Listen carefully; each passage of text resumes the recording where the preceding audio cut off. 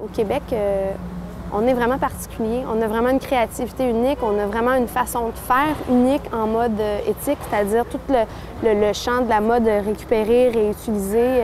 Patchwork jeans. La mode récup, comme je l'appelle. Je suis ici parce que j'ai initié la première délégation de designers de vêtements récupérés du Québec. En fait, le but, c'était d'essayer de donner un échantillon de ce qu'on sait faire au Québec. Donc, on a tant des vêtements pour enfants, Laila B, pour adolescents, par Symphonie. J'ai choisi le vêtement recyclé plus parce que je trouvais ça le fun à faire. Et aussi costumes faits de matière utilisée avec Plouc. Ensuite, on a du haute couture avec On and On. On a des accessoires cuir, fourrure avec Rachel F. Où est mon maquilleur, mon coiffeur? Et on a aussi des accessoires funky faits à partir de draps réutilisés avec Poche. On est en train de tout se retrouver finalement là, en 2006.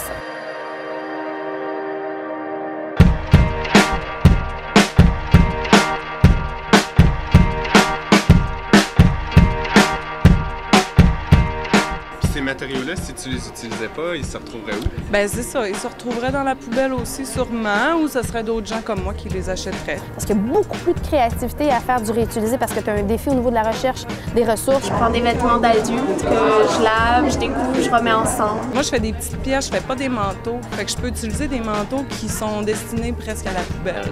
Quand je le porte, je porte pas juste un vêtement, je porte la recherche de la ressource. D'anciens chandails, des complets d'hommes. Ça, c'est génial. Des manteaux de tweed. Ta grand-mère, ma grand-mère, ma tante, tout le monde a un manteau. Du foulard de soie, de la robe et de la chemise pour hommes pour faire des chemises de femmes. Je porte le défi du patron. Faire un morceau à la fois. Il faut changer les fils de couleur à chaque fois. Le design, c'est la partie fun. Je vais voir les industries puis ils me donnent ou bien j'achète ou des poches de couleurs. Ce que j'ai trouvé dans une église, c'est des tucs tricotés à la main par une personne, une grand-mère, je sais pas c'est qui, mais je trouve que ça vaut la peine de le valoriser à la place de le laisser dans un sac de poubelle qui était comme donné, on sait pas où, on sait pas quand, on sait pas comment. Fait qu'aujourd'hui, au jour le jour, je vais comme y donner une valeur. Je vais inviter aux gens de rajouter une partie de leur personnalité en mettant des boutons, en mettant des fleurs, puis en apprenant à coudre une autre fois. Je porte le défi de la commercialisation. Les acheteurs sont pas habitués de voir un set d'échantillons, un top bleu, un top rose, puis c'est pas ça qu'ils reçoivent, ils sont tout mélangés, fait que c'est un gros défi à ce niveau-là. C'est beaucoup plus difficile que de vendre une ligne normale. Les petits magasins sont plus intéressés à avoir des vêtements uniques que le grand magasin, la grande surface, ils sont pas encore rendus là. Au niveau éducation du marchand, on n'est pas encore rendu à éduquer Ultra and Through à comprendre ce que c'est des pièces uniques. Par contre, ça s'en vient, je pense, et puis je pense qu'il va falloir le faire. Et ça, moi, je le sens quand je porte un vêtement fait à partir de matière réutilisée. Elle n'est pas toute seule à le porter, il y a comme une vie qui a été déjà utilisée, puis que ça met quelque chose de spécial dans le vêtement. Comme moi, ça vient vraiment du fond de mon cœur, je dirais. Je l'écris pas tant que ça. Moi, il y a juste le symbole recyclé sur ma carte. Je sais, moi, je veux vendre un produit mode. Là. C'est important, si on veut que ça se vende, bien, il faut que ça accote les vêtements traditionnels tout en conscientisant, mais en restant fashion. Je trouve que c'est plus facile, niveau médiatique, de venir les chercher, d'avoir de la presse. Je réalise pour l'émission 109 qui sera diffusée à Radio-Canada et à RDI. C'est une série documentaire que j'anime aussi qui traite des phénomènes sociaux et culturels en émergence au Canada et au Québec.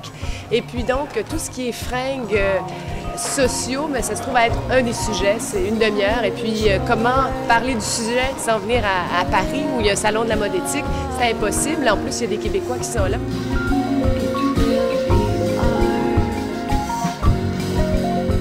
Coup de cœur, en fait, beaucoup de réflexions. Je pense que les vêtements recyclés, c'est ce qui ressort parce qu'effectivement, lorsqu'on parle de coton bio, c'est intéressant, mais il en demeure pas moins que même le coton bio, on est quand même dans le domaine de la nouvelle production, tandis que le recyclé, il n'y a pas de nouvelle production. Donc ça, je trouve ça fort intéressant. Des draps que je ramasse vraiment à la pièce, je les choisis vraiment un par un, selon qu'ils sont originaux, en bon état, qu'il n'y a pas de trous. trous, qu'il n'y a pas de taches, qu'il n'y a pas de taches de peinture. Parce que c'est fou, hein, mais des fois, il y a des gens qui utilisent des draps pour faire leur peinture, puis après ça, ils vont les donner à l'Armée du Salut, puis là, tu fais comme, ben, ça marche pas.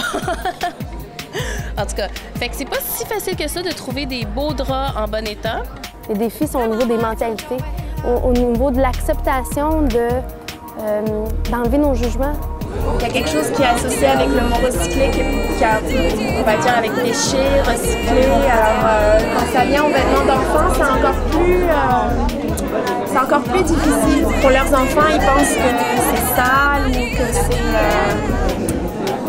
c'est du vieux, ils comprennent pas. Mais je crois que la mentalité des gens commence à changer. Puis une fois qu'ils voient la ligne, vraiment, je crois que ça sort de leur tête, ça a plus d'importance.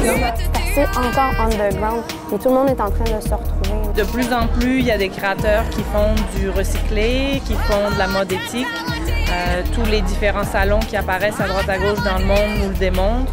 Les événements, les journées, thèmes, etc. J'aime bien ça, continuer à faire des salons des métiers d'art, tout ça, pour rencontrer le monde qui achète mes choses, pour comprendre qui aime mes affaires. Est-ce que c'est des gens qui sont plus mode? Est-ce que c'est des gens conscientisés? Mais c'est toujours pas mal des deux. Puis le monde sont super intéressés, ils veulent en savoir plus.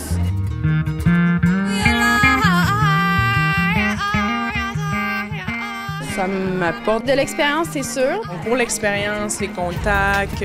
Parce que quand tu commences, tu n'as pas nécessairement la visibilité, ni les contacts, ni rien de ça pour pouvoir démarrer puis faire un petit peu de sous. Puis de vendre un peu aussi, hein, pourquoi pas, hein? Faire des sous à un moment donné. Je trouve ça hyper motivant de voir qu'il y en a d'autres qui croient à ça, qui travaillent à pas sauver la planète, là, mais à faire son geste, là, son propre geste. Dans 10 ans, j'ai hâte de voir où on va être rendu.